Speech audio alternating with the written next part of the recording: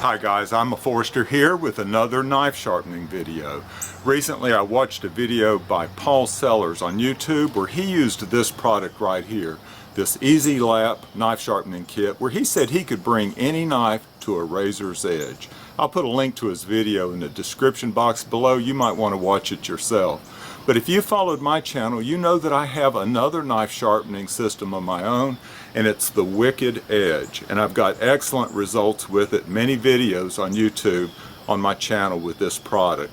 The purpose of this video is to go inside and compare the edge that I can get on a standard kitchen knife with each of these systems. Can a $20 sharpener really match the edge that I can get with the Wicked Edge? Let's go inside and see. Okay guys, first off let me explain the gloves. I don't usually wear gloves in my videos, but I was working in the dirt yesterday. My hands were a mess and I thought it was better to just cover them up. Now I've done this experiment already with this Cutco paring knife. So I did it both with the EZE-Lap as well as the Wicked Edge. So I have an idea of what to expect. But I wanted to do the video again with this Cutco knife. This is another one in the set. You'll notice some damage here. The tip broke off, so I don't mind playing with it. And I want to give you a close-up of the blade because I think you'll notice a lot of nicks in the blade. I'll turn it at different angles. So there's a lot of work that I need to do on this.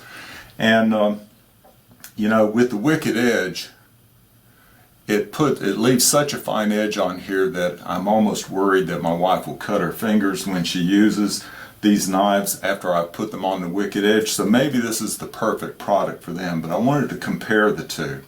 Now, if you watch the Paul Sellers video, he says you can use this product on any type of knife, but he said the most important thing to start out with is to have the right thickness piece of wood. And he says between 3/4 and 7/8. So I've tried it. I did this knife with some wood that was 3/4 and it was a little too thin.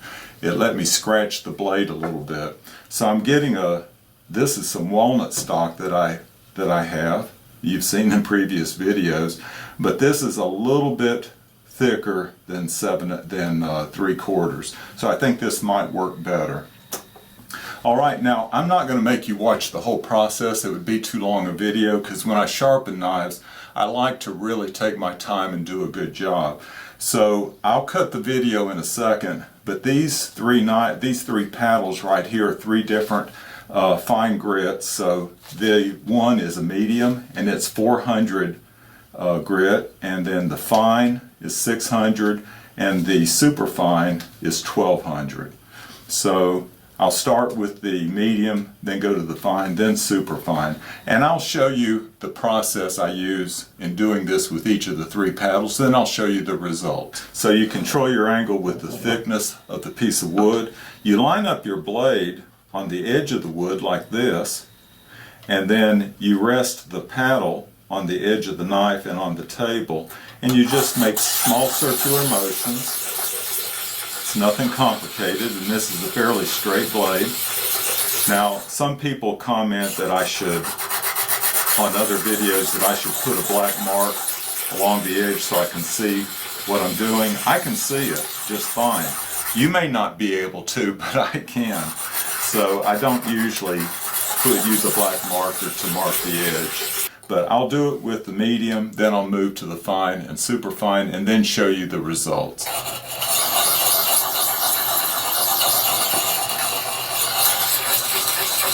Okay, I've about finished up. I've been working with it for maybe 10 minutes or so, and I did want to point out that I showed them to you backwards. The purple one is medium. That's the one I just finished with.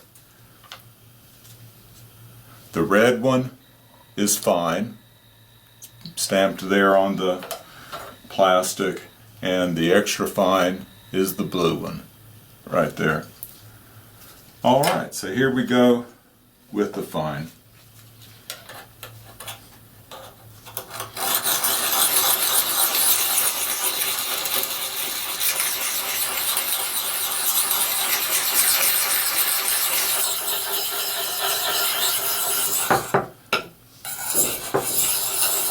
Alright, I've I've done about all I can do with these 3 paddles. I'm going to clean the blade off and then we'll see the results.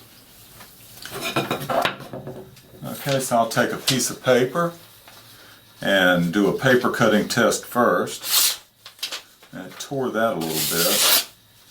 Okay, so it is cutting the paper. It's not cutting it very cleanly, it's tearing a little bit.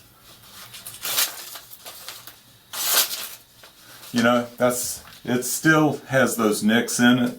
Let me try to show that to you. So maybe you can see some of the nicks. They're not as bad as they were, but they're still there. The other thing that I'll do is this apple slicing test. Paul did this on his channel. This isn't the crispest apple. It does cut it. Does a decent job of it. That's good enough. But I wouldn't say that that was razor sharp. Okay? So let me put it on the wicked edge now and see how that does. I've spent probably 15 minutes with these paddles, with the EZE-Lap, putting the edge on it that's there now. I'll give about 15 minutes worth of work with the wicked edge. Be right back. Okay, now I've got it set up with the wicked edge. I'll go through this, put about 15 minutes worth of work into it. I've got more paddles to go through, more grits. So this starts at 100 grit, goes up to 200. Then I'll move to 400 and 600 grit paddles, and then up to 800 and 1000. Now if you remember, the EZE-Lap went up to 1200, and I think I can accomplish that with these leather strops. So anyway, I'll get started. I have much better control over the angle. I can get a precise angle and I can protect the blade a little bit better. So I'm going to go ahead and get started. I'm going to start with 100. I'm going to get about 15 minutes worth of work, which means not too much, maybe 5 minutes with each one of these sets of paddles. So I'm going to go ahead and get started, and then I'll get right back to you and show you the results with the wicked edge.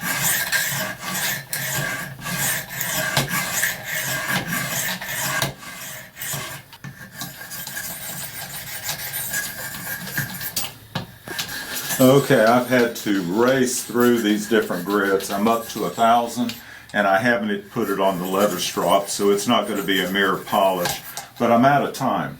Now, I cut this short because I have a process for how I use the wicked edge, and I had to cut it short to have the same amount of time. The nicks, I can still see some nicks in there. But let's see how sharp it is. Okay, I've tried to get the glue off of that blade so it wouldn't hinder cutting.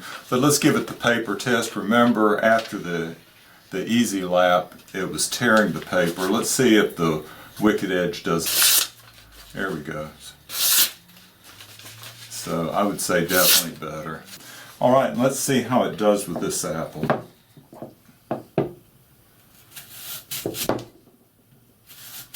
Let's see if I can cut a fine slice.